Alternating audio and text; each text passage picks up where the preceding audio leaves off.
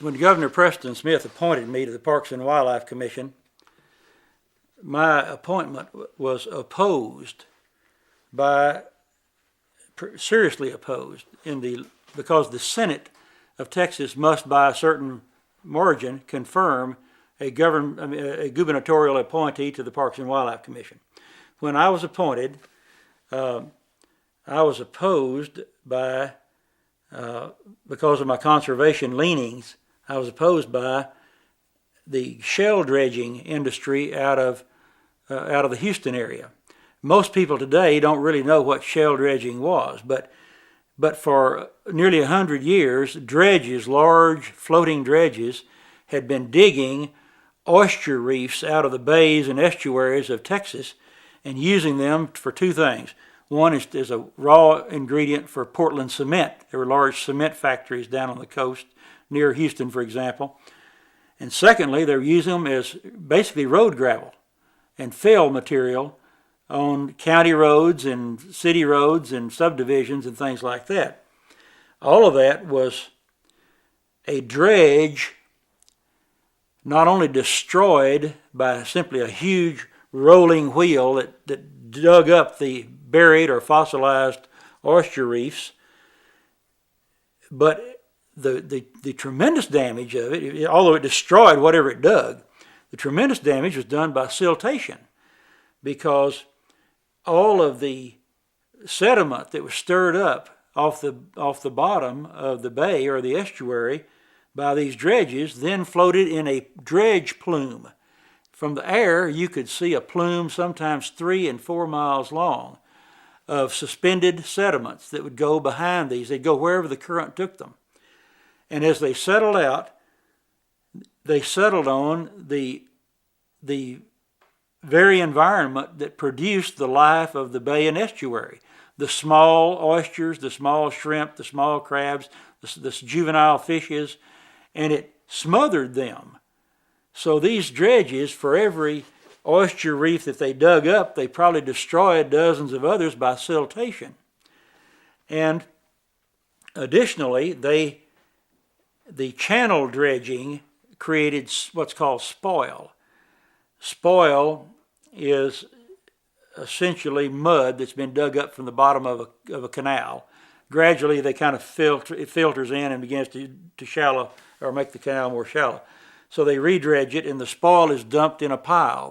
That spoil gradually is carried out by currents, and again, it covers up the grass, the grass flats, and the livelihood of the bays and estuaries. And of course, without the bays and estuaries, you got no life in the Gulf at all. I mean, nearly all of these larval forms of sea life develop in the brackish or saline waters of our bays and estuaries. So there was one particular very powerful group called Parker Brothers in Houston. Parker Brothers was a major shell dredging industry and had, I think at that time, perhaps 3 dredges running. They had Parker Brothers had a very strong lobbyist, a former representative, I believe, named Jill Devaney. Jill Devaney was a very strong lobbyist. And the Parker Brothers spent a good bit of money opposing my nomination and my confirmation as a commissioner on the Parks and Wildlife Commission. They just recently, ex-Senator Bill Moore died, the bull of the Brazos. They had him sort of in their hip pocket. And another senator named Jim Bates from down at Batesville, I think he's deceased as well. They had him in their hip pocket. And so the people that were working for me were Barbara Jordan and Senator Don Kennard, and then my own Senator Murray Watson from Waco. None of these people are, of course, in the Senate anymore. This was long ago, and of course Barbara is deceased, and Don is working in Washington. But it came down to a very close vote. But thank goodness, Barbara Jordan and Don Kennard and some others got me confirmed. Well, I mean, before long, the shell dredging issue came before the commission. And obviously I was just one of 6 commissioners at that time. At that time, the commission had 6 people on it. But we did studies that showed the tremendous amount of damage that was being done.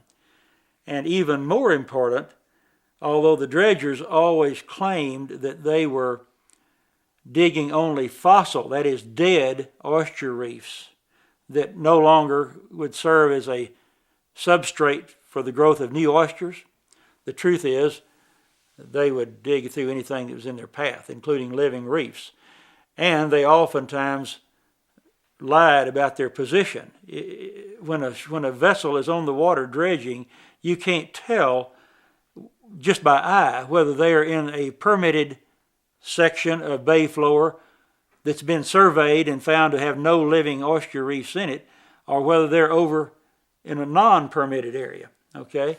Well, we started triangulating on them with our Parks and Wildlife personnel down there and found out that they were at night oftentimes moving their position, getting into non-permitted areas, dredging live reefs and things like that. Well, eventually the sum and substance of it was we made it so hard on them to operate that they shifted to an alternative supply, which is they bought a lot of land up in the Texas Hill Country around New Braunfels and places like that and started excavating limestone, shipping it by rail to the coast and using that, which was environmentally far better for the bays and estuaries. Again, though, like all trade-offs, there's some awful big holes dug around New Braunfels and that for quarrying. But the trade-off we felt like was a fair one in that the bays and estuaries were in serious trouble.